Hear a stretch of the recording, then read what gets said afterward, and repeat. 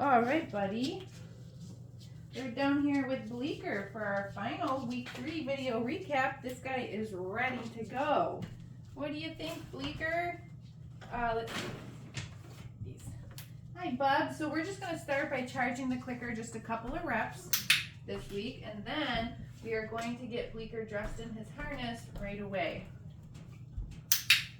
Good boy, buddy. Yeah, there you go. All right, so for the harness, what we've added is I have the leash attached to it already. Come here.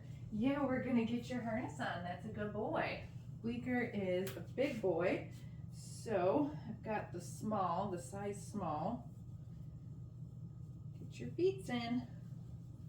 Let's get you strapped in. Here we go. Oh yeah, this is a good size for you. Perfect. Okay. His little feet are in. The leash is attached. We're just going to set him down on the ground and we're going to let him drag the leash a little bit while we play the flying cookie game. Woohoo! Are you ready, buddy? Oh, blue looks good on you, Bleeker. Yeah, ready? Get it. Good boy. Bleeker! Yeah, that's a good man. That's a good man. Ready? I'm going to break that in half. Get it. Bleeker! Oh, I know you heard something upstairs. And he kind of noticed the leash there for a second. What a good boy. He's getting it untangled from his tail. Ready, buddy? Hey, bub. Whoa, we are distracted. Ooh, get it. Good job. Bleeker. Yeah, there we go. Good. So he's pretty okay with the fact that the leash is kind of dragging around. So now we're going to move into following the food lure like we've been doing since week 1. He's noticing his leash a little bit, but I'm going to pick it up now in the opposite hand, and this might be helpful. Yeah, there we go. Good boy. So just like we have been since week 1, I am getting the food in front of his face, having him move forward a few steps, clicking that clicker, releasing our cookie. Go get it. You can see him holding the leash and the clicker in the opposite hand. Food in one hand, leash and clicker in the other. You're so smart, Bleeker. Good boy. Let's switch sides. Where's your cookie? Here. Get it. Good boy. So now I just switched my clicker and leash hand and my food hand just to practice both sides. Good boy, Bleeker. And this is how we get our puppies used to the leash and being connected to something, right? Wow! Good job. Perfect boy. Yeah. Go get it. So I'll let the puppy drag the leash, maybe play a few reps of the flying cookie game like I just did, and then have them follow that food lure in my hand. You know, you can do this inside the house, especially with the cold weather. To start working on getting your puppy introduced to being on the leash already. Let's take this off for now. What a smart boy. Okay. There we go. Let's set you down. Let's do some hand targets. Bleeker, touch. Good boy. Very good job. Bleeker, touch. Here you go. Bleeker, touch. Oh, you're so smart. Look at you, puppy. Let's do a couple of sits. Bleeker, sit. Smart boy. Very smart. And our release word. Okay. Bleeker, sit. Wow, look at you. Okay. And now let's do a couple of downs. Bleeker, sit. Down. Good boy. Using our release. Okay. Let's do that again. Bleeker, sit. Down. Wow. These floors are so slippery. He's just like, bloop, slipping into the down. Okay.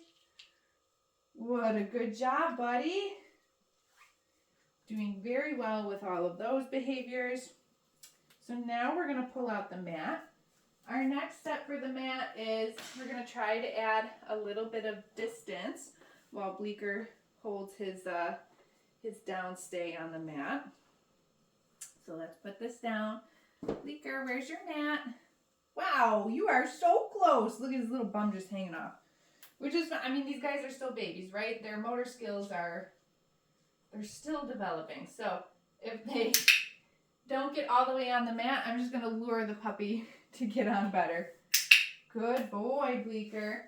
All right, so then you can see this week I'm starting to take a few steps away, like 2-3 steps this week. Very good boy.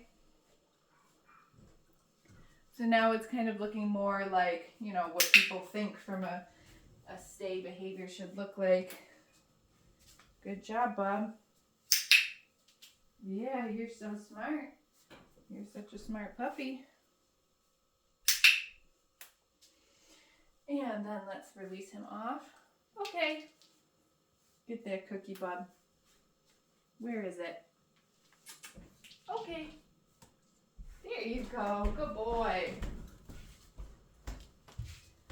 We're getting longer duration of him staying on there and some distance of me moving away. If a stay behavior is important to you, you will have to keep working on this at home with your puppy. So let's do it again. Here's your mat. Wow, that was so much better. You got your whole body on there that time. Good job, Bubs. Good boy. All right, so you can start to apply this mat behavior to different things in the house. One of my favorite times to use the mat is when I'm eating, so I don't have dogs that are begging from me. To begin to apply this, I might set the mat down on the ground right next to where I'm sitting and where I'm eating. We might have a little bowl of the dog's food or treats or whatever you're using. At this point, I'm not using the clicker. I'm just putting the dog on their mat, and periodically throughout my meal, I'm just going to grab a piece of the dog's food and set it down on the mat, just like that, to reinforce them staying there. As the dog matures, they understand that they're supposed to stay on the mat.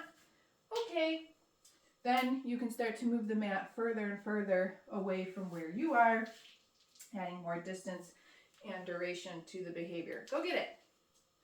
Yeah, good job. Good boy. All right, so far, all the puppies are doing fantastic with their mats. Let's move on to the crate. Let's see if we can play some crate games here with Bleeker. All right, cute puppy. See if he wants to go in his kennel. Bleeker. Ready, bud? Kennel. Yeah, there you go. Do you smell somebody else's food right there on the edge? Come on, Bubs. Kennel. You just bumped your head on the top. Wow, there we go. Good man. There you go. Good job, buddy. So in week 3, we added closing the door once the puppy was in. And just like last week, we can still either feed them kind of through the bars or drop a piece in. But then when I go to open up the crate, I want to open the door, and I'm going to mark and feed the puppy for staying in the crate until I say, okay, and release them out, right? Let's see if he wants to do that again. Kennel. Yeah, good boy, Bleeker. He just fits in this kennel. Put your little bum in there. There we go. Close our door. And feed him one for that. We can also kind of start to walk away a little bit. Could close the door behind you, not a big deal. But when we come back, yeah, you can still lay down in there pretty comfortably. Good job. Just getting in initially. Okay. You stay in there now? Now you don't want to come out? Ready? Okay.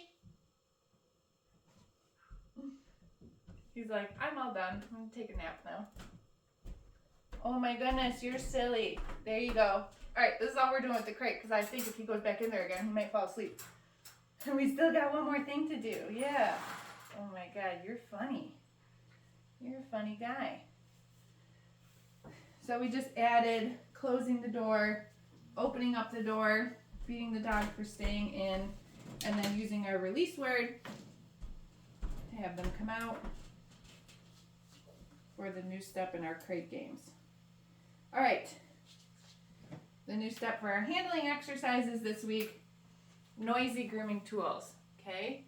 So I have a pair of clipper blades here. I'm gonna turn them on. Once they're on, I'm gonna start to drop a few cookies on the ground for Bleeker. I wanna make sure that the sound of the clipper blades isn't scary for him, so that way the first time he goes to the groomer, it isn't like this big, huge surprise about what these things are all about, right? So I'm gonna turn them on, set them on the ground. The dog can check them out if they want. I'm gonna start to drop some food on the ground, on, near, or around the clipper blades. He's like really interested in them. Here, look it. What is that? Good boy. I'm gonna let him eat his food, and then I'm gonna turn him off. Once I turn them off, I want them to be off for like 15, 30, 45 seconds. I like to have a nice chunk of time in between each rep. And that's because sometimes they do want to keep checking them out. That's totally fine. I also want to make sure that there is a strong association that it's the fact that the clipper blades turn on that makes the food start. And if we do that too close together, then it's hard for the puppy to discern that association, right? So after some time has gone by, we'll try that again. Good boy. And we'll just drop some food on the ground after they're on. 3, 4 treats, you know, whatever you want to do. Chew it up. Good boy, Bleeker. Okay, you finished those. I'm going to turn him off. So he seems pretty unfazed by the clipper blades, interested in them, not afraid of them. That's great. That's what I'm looking for. I would still throw this into the mix of the training exercises that I'm doing with my puppy, probably weekly, just to make sure that that doesn't change, right? And then just like we did with the nail clippers last week, or any other grooming tool that you want to introduce to the dog, when they're off, where are you? Oh my God, I almost sat on you. Come here. When they're off, you can practice some more direct handling with them, right? So I'm going to do like I did with the nail clippers, just pet him with them. Yes. And then slip him a treat for that. We can do that a couple of times. Yes. And again, he was pretty unfazed by both those things, so we could start to pair it together. Turn them on. Yes, good boy. All right. So this is something that I want to maintain with my puppy. Make sure that they don't, you know, suddenly develop being nervous about the noisy grooming tools.